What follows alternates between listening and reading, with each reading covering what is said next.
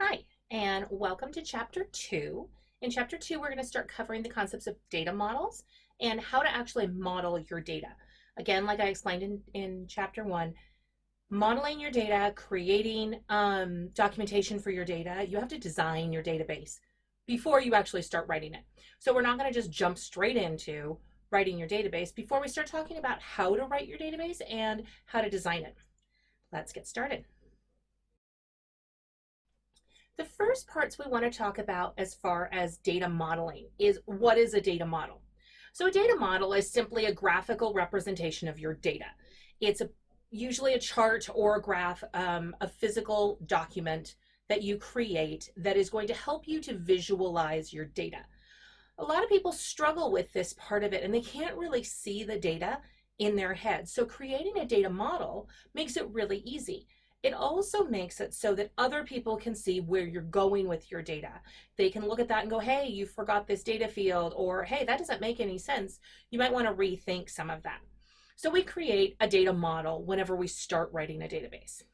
To create a data model, you must have three things: a description of the data structure, a set of enforceable rules called business rules that guarantee the integrity of your data. You want to make sure you understand how the data moves and how the data is compiled so that you can create good data. As we said in Chapter 1, if you have bad data in, bad data out, you can't fix that. The last thing I want to do is be able to recognize that we are going to take this model and transform it into our database. And our database should be able to be transformed back into the real world. So this is kind of a real world situation where you're going to go to a client and they're going to say, this is what our data looks like. And you're going to go, okay, how do I get it from you, the end user, the client, into an actual database? That's kind of what the main point of this course is to recognize the end user is your client. They are the most important person. So recognizing that and be able to transform your data model into their real world situation and back is the most important part of data modeling. Let's start describing what exactly that means.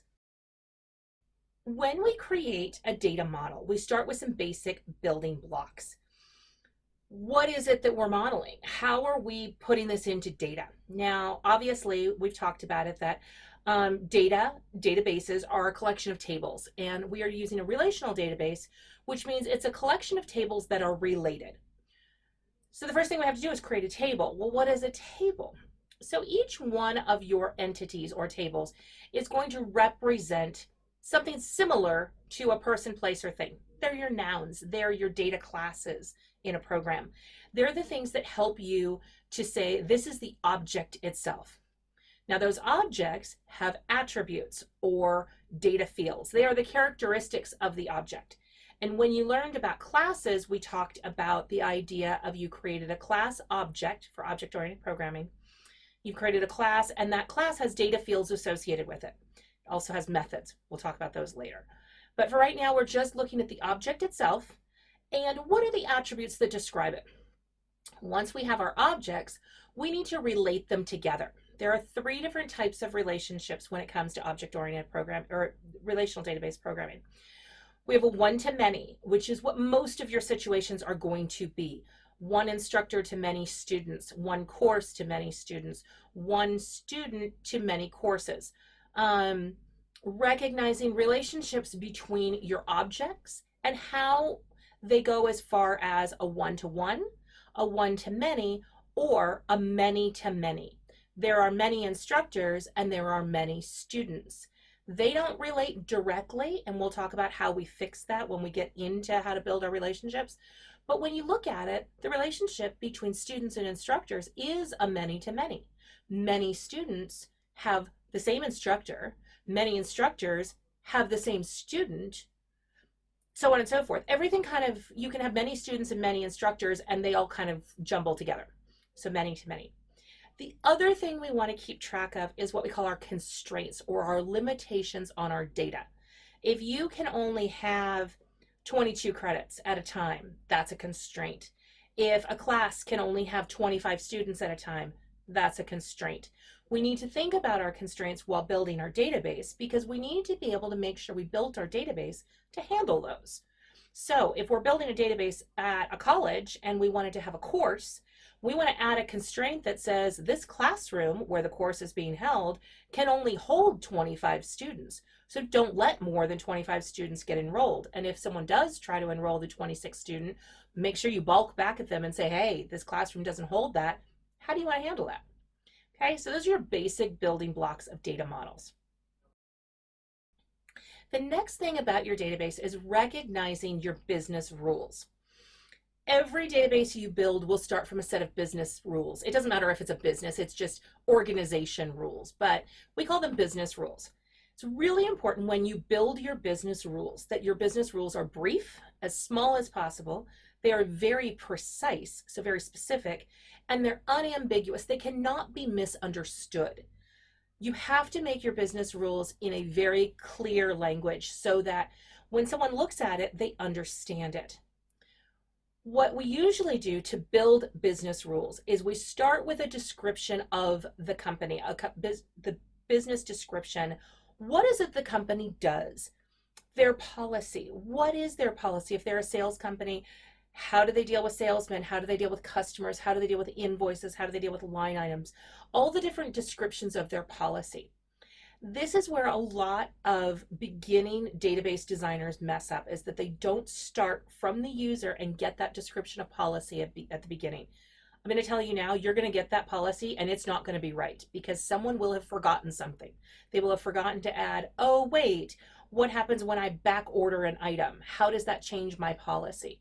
Because no one thought of that when you got to the beginning. So recognize that building in databases, just like in programming, you're going to build it, you're going to hand it to a client, you're going to hand it to a customer. They're going to say, that's great, but we need to fix this because we didn't take this into account. So those are things we want to think about with our description of policy. Once you get the policy, we need to make sure that we understand what all the words mean. There is a great book on terminology, confirming your terminology in a business situation, how often it occurs that you're working with a client and you use a word and they think the word means something completely different. You might say invoice, they might refer to work order. You might say line item, they might say invoice item. Make sure you guys understand what the terminology is of your items and your nouns before you start building, because you're going to start building making assumptions and they're going to be wrong because you didn't get that clarification of your terminology. So we make sure we really confirm that terminology before we keep moving.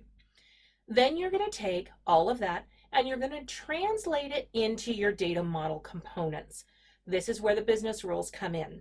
The business rules are going to help you to translate from that terminology into your actual entities. We're going to talk a little bit about how to do that when you start with a description of policy to turn it into business rules, to turn that into data model components. Before we do that, I want to go over a couple of examples of what are business rules. These are just different types of rules that we can make. When I ask you in the homework assignment, please list the business rules. This is what I'm expecting. There are 3 different ways to describe a business rule. It can be a term, which is a description of an object. A manager is a person who 2 people or more report to. An order must have a buyer. So how do I describe what is an order? Well, it's something that has a buyer or a customer, whatever it is. And again, that's where the terms come in. What's the difference between a buyer and a customer? Well, if you're getting product from a buyer, but your customer is a completely different thing, might not make sense if you didn't design it that way. So these are terms. These are ways to describe what are your objects. Then we have our facts, our basic details about that. An order can contain 1 discount. Orders can contain multiple line items. Customers have a customer ID. These are just basic facts that are also going to help you to build those data structures. And the final part is what we call constraints, limitations on our data. Sales cannot be over $500. Alcohol can only be purchased by people over 21. These are constraints. So if you're selling alcohol in whatever reason, you need to make sure that your customer is over 21, which means my customer needs to have a date of birth somewhere in their data structure. If we don't sell alcohol, do we really care what the date of birth of the customer is? Maybe, maybe not. It depends on what we're selling. This is where your constraints come in, and you will only know this by talking to your customer, talking to your client about what the business rules are. You're going to list out a series of business rules and be able to translate that into your data structure. So we're going to talk a little bit about the Montana Widget Company. A widget, for those of you that have seen Rodney Dangerfield's Back to School, is a fictional product. It doesn't matter. So we're going to do a lot of talking about widgets. So widget is a fictional product. We're just going to create it. And we're going to be doing a project for a client called the Montana Widget Company. When you go to a company and you talk to them about building your database, they are going to say, well, we have some paraphernalia, some advertising stuff that we have that will describe our company. And they'll hand you something similar to this sales description. At Montana Widget Company, we do the best, we do this, and these are some things about our company. Our salespeople work great, and we have customers, and blah, blah, blah. You can order online or calling our customers, and everything will be great, and we'll ship you your product, and everything will be lovely. And you'll be like, okay, how do I turn that into business rules? Which, as you know, first step we have to do. So I have given you the description of the Montana Widget Company and an example set of business rules. This is not all of them. You can write a whole lot more business rules, and you can keep going back to your client and asking for more descriptions so that you can create more business rules. I'm going to tell you now, the more business rules you create, the easier building your data structure will be, simply because you'll have more data at your metadata. You'll have more information about your data at your fingertips to be able to compare stuff. You need to make sure that you understand everything about this company as though you were a worker there, as though you were the person who is using your product, because you're going to be building some sort of interface or something to this, and you need to understand what the data needs to look like. So here we have some example business rules. A customer can generate many invoices. However, each invoice only has one customer. Okay, that makes sense because we want to make sure that we understand that. We can then turn that into our relationships, which we'll get into a relational model in a couple of slides. In this case, we've used the word cart. Well, a cart would refer to an individual invoice, because if you went onto the online system and you created a cart, that's the same thing as calling up your salesperson and saying, I want to order something. So we're going to call that an invoice. An invoice contains multiple line items. So if you've ever seen an invoice, which I'm sure at some point you have, you can order multiple things on an invoice. 3 tables, 4 chairs, 6 of widget A, 7 of widget B. However it comes out. You have multiple line items. And each one of those line items usually has a quantity. They also have a description. They also have a price and things like this. But you can think of it as, we need to know what a line item is. And inside of our line item, we might also need to know what a product is. So that's going to also be included. I didn't include that in these business rules. Like I said, this is an example. This is not all of them. Each line item must include a unique item. So we could say an item or a product or a widget, or however you want to use the word. You need to make sure that terminology goes well with your client. A salesman can have up to 10 customers. So we need to make sure that when a customer is created, they are assigned a salesman if we're going to have that kind of a relationship. As you can read through the description, it says the salesmen have up to 10 customers per salesman, because the salesmen like to have that personal relationship. They want to know who you are, blah, blah, blah. Each customer only has one salesman at a time. However, what happens when you cancel the salesman? The salesman quits. Obviously, salesmen can change over time. We need to think about this when we're designing our database. The purpose of this slide is not to confuse you or overwhelm you. It is just to give you an idea of things that you need to be looking at when you're thinking of your business rules. Let's keep going. So hopefully by now you understand a little bit about business rules and how to make them. So let's move on to data models. This chart is from the book, and it just kind of gives you an overview of the different types of data models that we've used over the years. When we first started creating databases, we put them on based like a regular file system. So you had files and you had things that go into the files, and then the files go into folders and they go into a file cabinet. something similar to that, but written in a database. So that was your basic IBM mainframe databases that were used, managing the records individually the same way that a file cabinet would, but it didn't really focus on any relationship between them. Starting in the 70s, we started getting into relational databases. Early database systems really was about getting access to the data, making sure that it was easy to navigate within the database itself. It was a little hard when we just had everything in file folders if we didn't really understand how to navigate. So we started kind of creating a hierarchical data model for this purposes. Finally, in the mid-70s, we started introducing relational databases. These are the originals, the Oracle, the DB2, the original SQL Server or MySQL. The concept was pretty simple. It was an entity relationship that modeled different objects and their relationships between them. This is similar to what we're still doing. It's just grown in scope. Sometime in the 80s, we started doing object-oriented. We added in DB2's UDB and Versance and things like this, the next version of Oracle. These started adding a little bit more support for those relationships, and we started making things easier to access. By the mid-90s, when the internet really starts moving along, we got to our next versions of Oracle, our next versions of SQL Server and DB2, creating kind of a hybrid XML DBMS. So that was in our 90s. These were just a little bit different and a little bit better to support our larger databases. We could go up to a terabyte, which was huge. And then now, early 2000s up until now, we've started introducing these new concepts of NoSQL databases. These are the things that are used by Twitter and Facebook to be able to handle huge amounts of data, but not really complicated data. And it's designed differently than a basic relational database. You could have created Twitter with a regular relational database, but with the amount of data that goes in and out at any given point, it would have been very, very difficult to run. So they created these NoSQL databases, which we will get into at the end of this chapter, that are just a different way of designing your database. In these data models, we had our basic schema, which is the way that a DBA or database administrator would be able to see all of your data, and then your sub-schema, which would simply be application specific.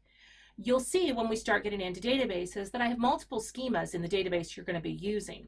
Each of these schemas is a different database for all intents and purposes from the application's point of view, because they're based on different data sets. So I might have a schema for the tiny college that you've been working with, or the aviation company, and each one of those has its own schema, and so they're kind of separated out that way, but they're all inside technically the same database. We also have our data manipulation languages and our data definition languages, and these are just ways of describing how the data models are described, their metadata, and their information about the different data types. Again, all of this is in the book. When it comes to the evolution of data models, please feel free to read the chapter on it, but we're not going to be spending a whole lot of time going over any of the other different generations of data. We'll cover some more in this chapter, and then we'll start moving on. We're going to be using, like I've said before, a SQL Server. So that's the generation that's important for you to know for this course. If you are interested in those other generations, please go research them further. They're interesting, but they're just not important enough in this course for us to get really into. All right, our basic relational model simply models, graphically, the relationship between two tables. Okay, you're going to have relational models that are going to have multiple tables, but we need to understand the basic relationship between the first two before we can start adding other tables. These are called tuples, which is two different pieces of information at the same time, or multiple pieces of information at the same time. And we're using our relational database to do this. So we're going to create what is called a relational diagram. You can see here we have our agent and our customer. Our agent table contains our code, our last name, our first name, initials, area code, and our phone number. We've separated out our area code from our phone number, and when we get into normalization, that'll make a little bit more sense.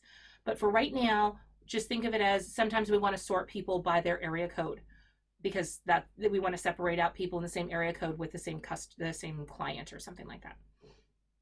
The second part we want to look at is our customer. So our customer table has a customer code, first and last name, initial, again, that area code and phone number separated.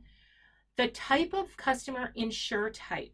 So that means that we've got some sort of typing in here, S1, T1, S2, and this differentiates different type. It might be home insurance or car insurance, depending on what type of insurance we're dealing with.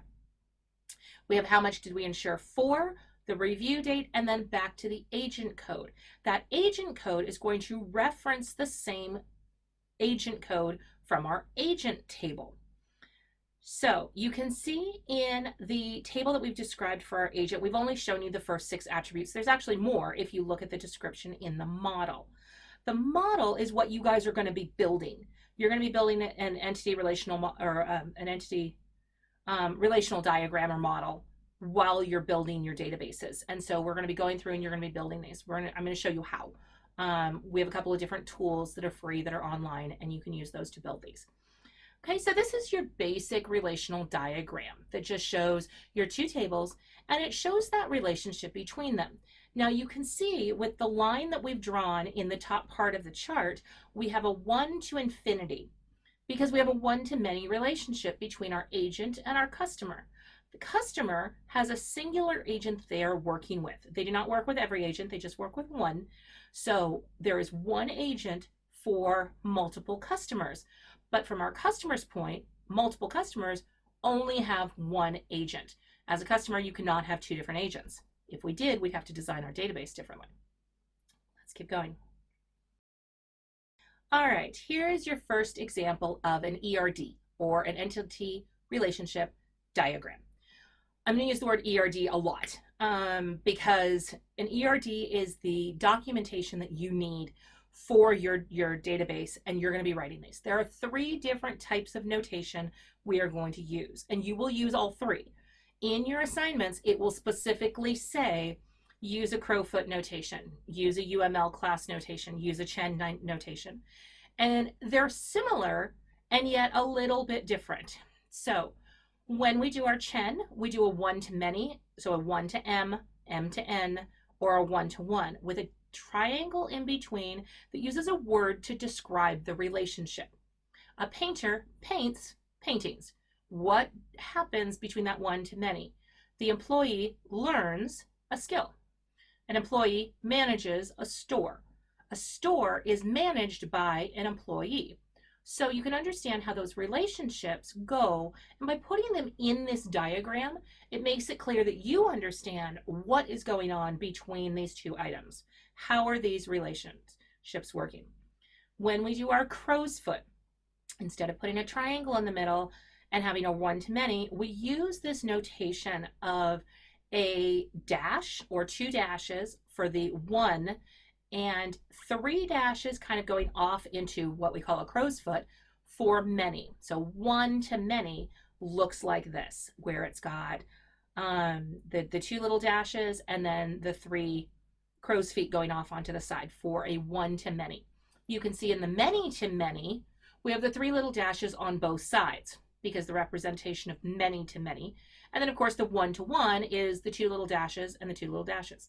We also include the word to describe how those things are related the same way we did in our Chen notation. Finally, with our UML diagram, we have our tables, and then we have our 1 star and our 1 to 1.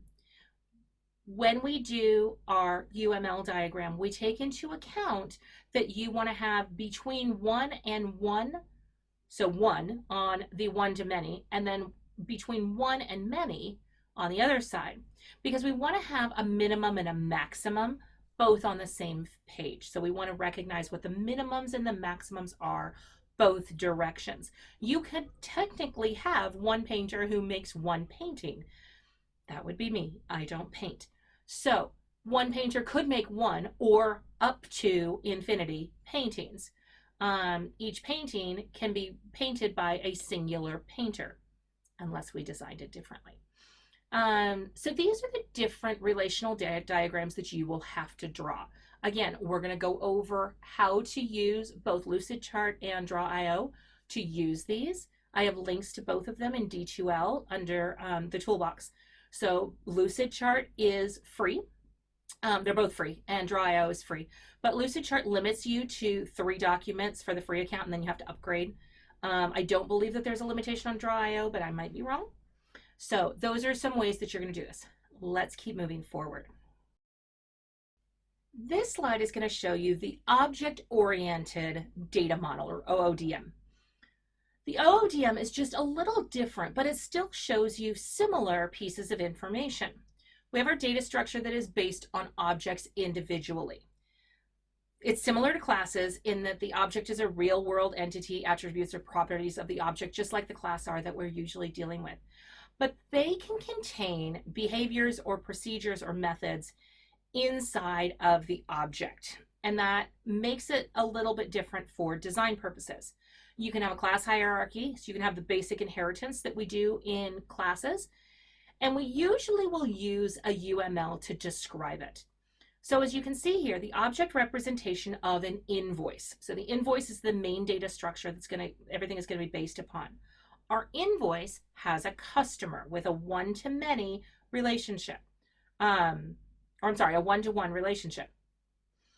In this case, you can see our customer has a 1. So each customer has an invoice, and each invoice has a singular customer. Because of the way this is designed, you don't have to think of it as each customer can have multiple invoices, because at this point we're just dealing with that one concept. On top of that, an invoice has multiple lines. Remember, we talked about line items. I want to make sure you understand this concept. In sales, you can have multiple line items in your invoice. So that's something that we want to keep intact here. We have the representation of our object, and then we have shown you what the UML class diagram would look like for this situation.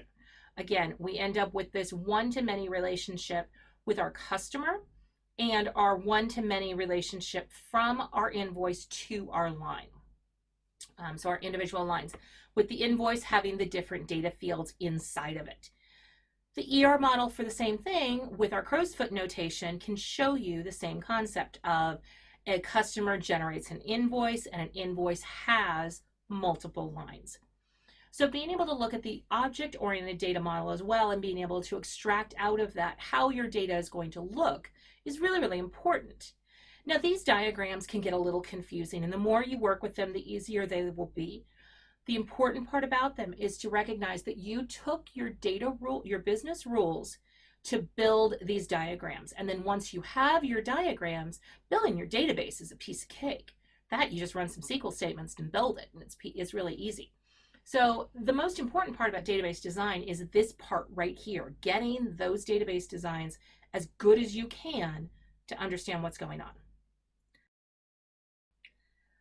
When we're working with data models, the new ones, the emerging data models, the ones that are not regular relational databases, there's a little bit in the book about it, and we'll touch on it as we go along, and then we'll have a whole chapter on it towards the end. But there's a couple of things to just keep in mind while we're talking about those. We call them emerging data models because they're the new ones. They're the ones that are getting built and designed as things go on. The first thing we want to think about is the 3 V's. V as in Victor. Volume, as in how much we want to deal with as far as data. Velocity, how fast the data is coming in and out. And variety. Volume, velocity, and variety. These are your 3 V's. Variety is how different is the data from the other pieces of data. Is it all the same data, or is it going to be different? These are your big data NoSQL databases, and they are designed specifically to handle those 3 V's. Your volume, there's a whole lot of data. It's coming in really fast. It has to come back out fast, and there's a whole lot of it, and it's strange. It's all different. So when relational database just weren't enough, back when they started building things like Facebook or MySpace or things like this back in the early 2000s, they realized that your basic SQL server was not going to be able to handle the amount of data that was moving back and forth. It was never going to be able to handle the speed at which how many million people are refreshing their Facebook feed every day. And all the data was a little bit different. We didn't need to access the same data at the same time. We all wanted to touch our own data. So that was a little bit different, and the regular databases just didn't cut it. We also created a couple of other ones, Hadoop, the distributed file systems, and MapReduce. MapReduce database just has two different options. You can either map it and you reduce the size, and then you map it again and you reduce it again. Just has the two operations. And then we get into the concept of just NoSQL. NoSQL really meant it was not a relational database. It did not use SQL. Not that SQL was evil and bad and so on and so forth, it just doesn't use it. So NoSQL is really highly scalable. It can increase and decrease very quickly. It's designed for fault tolerance, so it can handle faults better without blowing up. Some of the older databases, if you hit a fault, if you hit an error, an exception, it might even crash the server. It might crash just your website. You can shut it down and reopen it, but it might crash the whole server and some DBA has to go in and restart it. We like to stop these things. So NoSQL has really high fault tolerance. It can handle mistakes really easily. It handles a large amount of what we call sparse data. It has a lot of different attributes, but not very many instances. There are not that many records specifically, but there's a lot of attributes in each record. It's also based more on performance as opposed to consistency. One of the things about emerging data models that you need to take into account is as the world changes, as things change, Lord knows the world's changing right now, some companies are moving with the times. They are changing as times go on, such as we're trying to move most of our classes online so that there isn't a stoppage of education going on. Do you respond to that change in data, or do you just let it go by? Back in the early 2000s, BlackBerry was huge. Everybody had a BlackBerry. It organized your schedule. It took care of your appointments. It might even keep track of your contacts if you didn't have them in your phone. A lot of people had BlackBerries. Nobody has BlackBerry anymore because when Apple came out with all of their smart tech, their smartphone tech, it kind of made BlackBerry obsolete. You didn't need it anymore. It didn't keep up with the times. I'm from the 80s and the 90s, so the concept of Blockbuster versus Netflix. Blockbuster was on every town, 2 or 3 of them in a town, and you would go and rent movies from them. When people started streaming and doing Netflix of being able to order them and have them delivered to your house, Blockbuster didn't do anything about it. They didn't change with the times. And of course, the joke between Barnes & Noble and Amazon. Amazon started with just books, just textbooks and books. Well, Barnes & Noble had a huge database of all of their books. They could have easily created the first Amazon and then changed as the times went to sell more than just books. But Barnes & Noble just kind of sat back and said, no, we're a brick and mortar store. That's okay. We don't need to go on that silly new internet thing. And now look at them. So these are things you want to take into account when you're looking at the emerging models.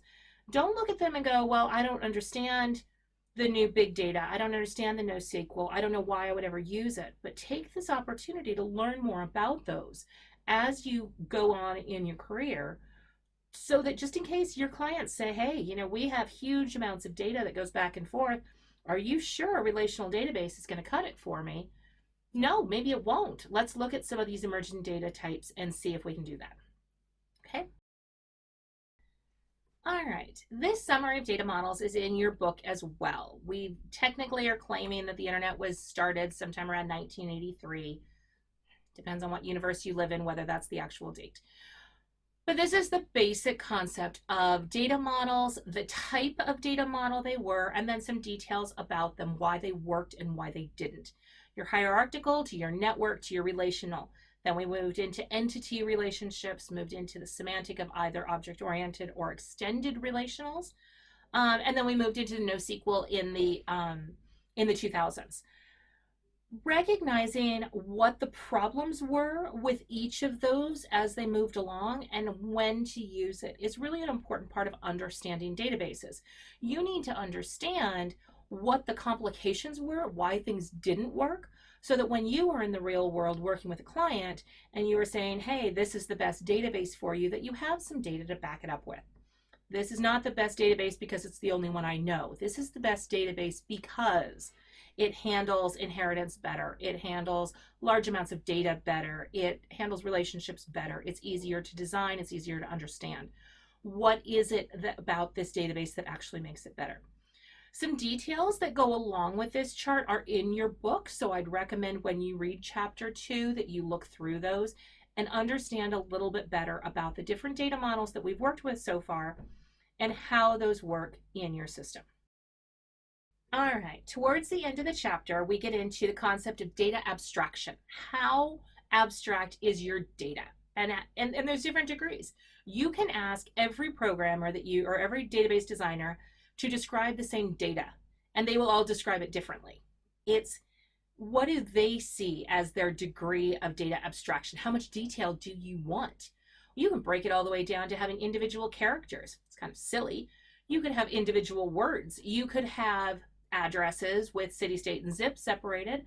You could have address, city, state, and zip all in the same field. Your data might be different based on how you want to use that data and how abstract that data can get. There are 4 different ways that we abstract our data. We separate it into these 4 different concepts. We can have our external. External meaning not inside the database. What does the end user see? How much data do they need to see? How much of the data that we're storing is purposeful for the end user? There might be multiple types of data, external data, based on multiple types of end users. You might have sales on one side and human resources on the other, and they might touch the same data, but their external data abstraction is going to be a little different.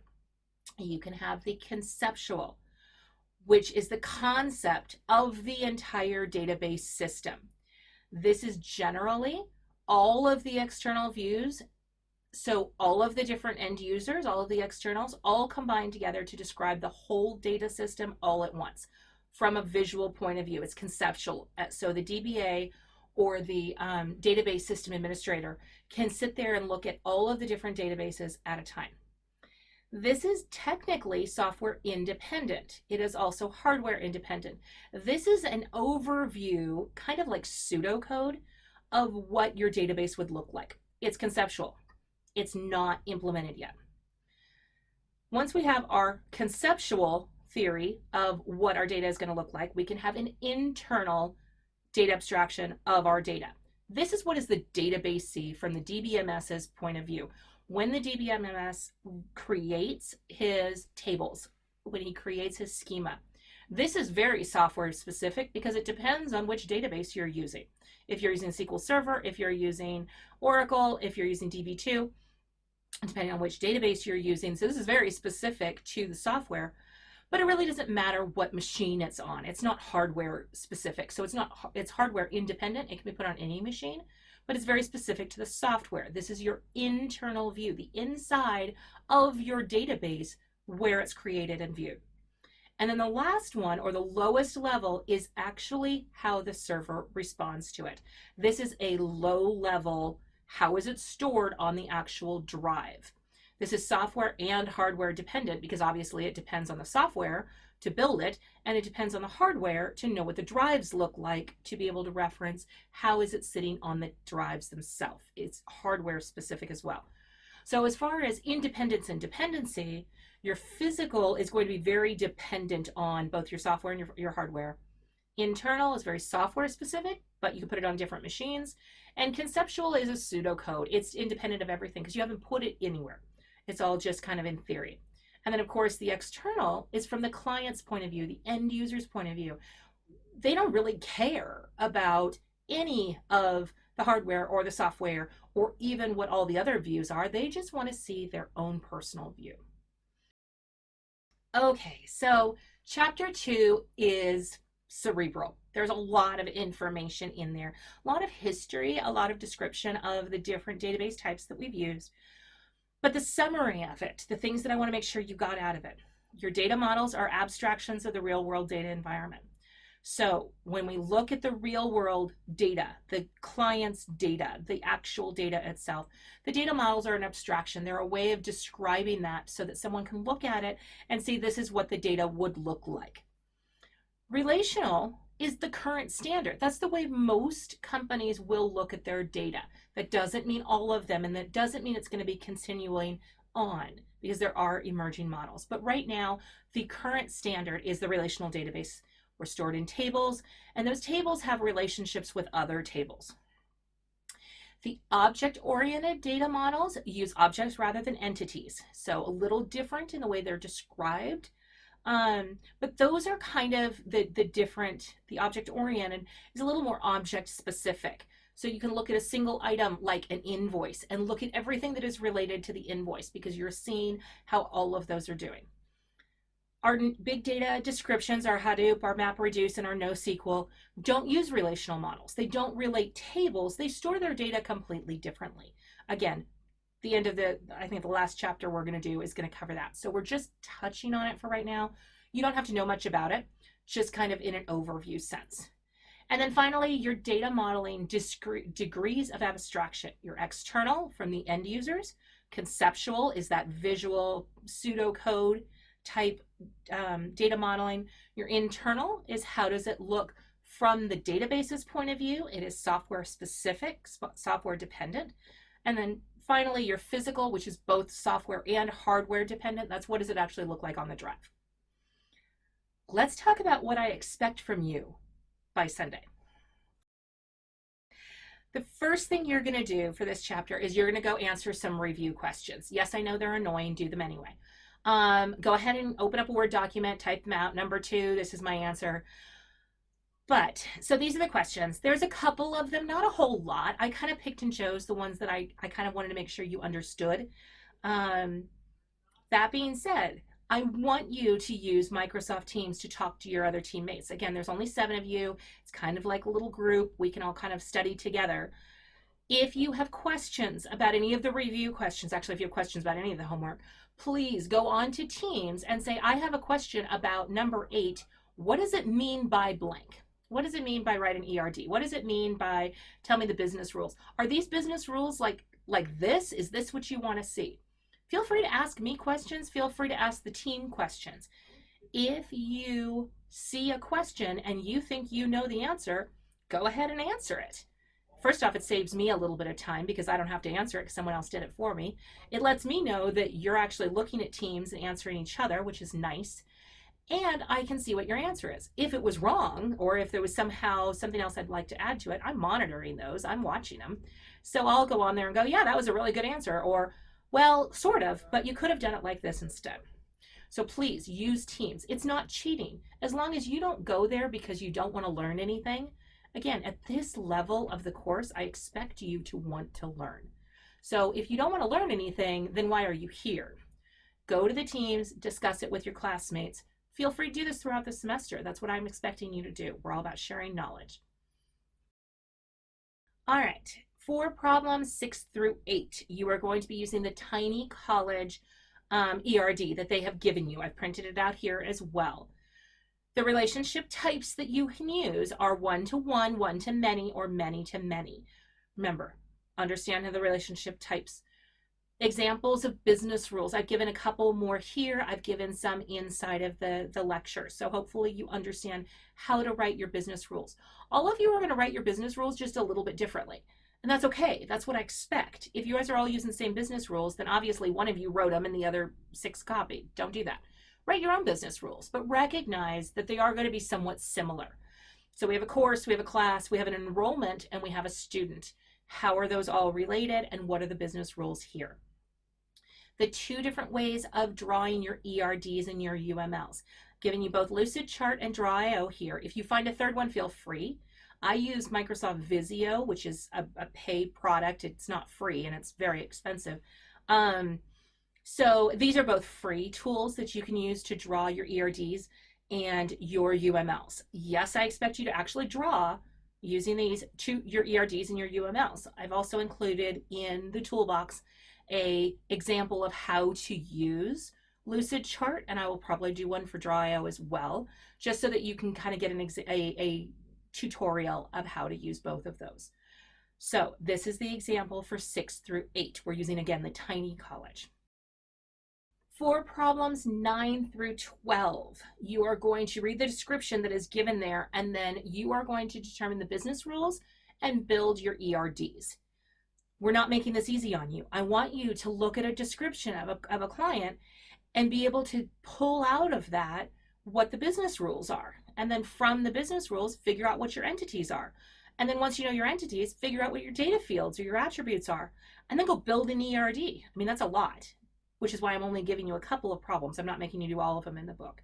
But please, yes, go in and build those, and make sure you include the relationships between your tables or between your entities. It's important for this purposes.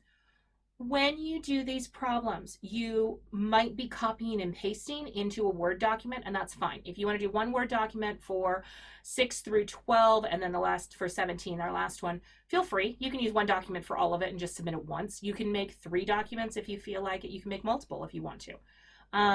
You can include documents and then include a couple of PDFs of your UMLs and your ERDs. That's okay as well. But do try to make it look nice and make it easy for me to grade, because if I get cranky grading, I don't grade as nicely. All right, number 17. This is your last assignment for chapter 2. We've given you a crow's foot ERD for problem 17, and we are going to ask you, what are the business rules? We're kind of going backwards. Normally, you start with your business rules and you build your ERD. In this case, we've given you an ERD, and we want you to go backwards and tell us what the business rules are. I want to know if you can see it. Can you look at this ERD and determine what those business rules are? We have a theater, we have a movie, we have a review, and a reviewer. What does that mean? How do the relationships between these work? Also, explain how you would design tables to handle the relationship between theater and movie. Theater and movie is a many-to-many, I shouldn't tell you this, relationship. How would you handle that? Like, could you design tables differently? I want you to think about those while you're working through your homework. Again, chapter 2, don't forget 7.1 through 7.3, which we're also going to cover. I'm going to do a different video for that. But have a great week. Contact me on Teams if you have any questions during this week. That's what I'm here for, is to answer your questions and to help you as best I can. Have fun.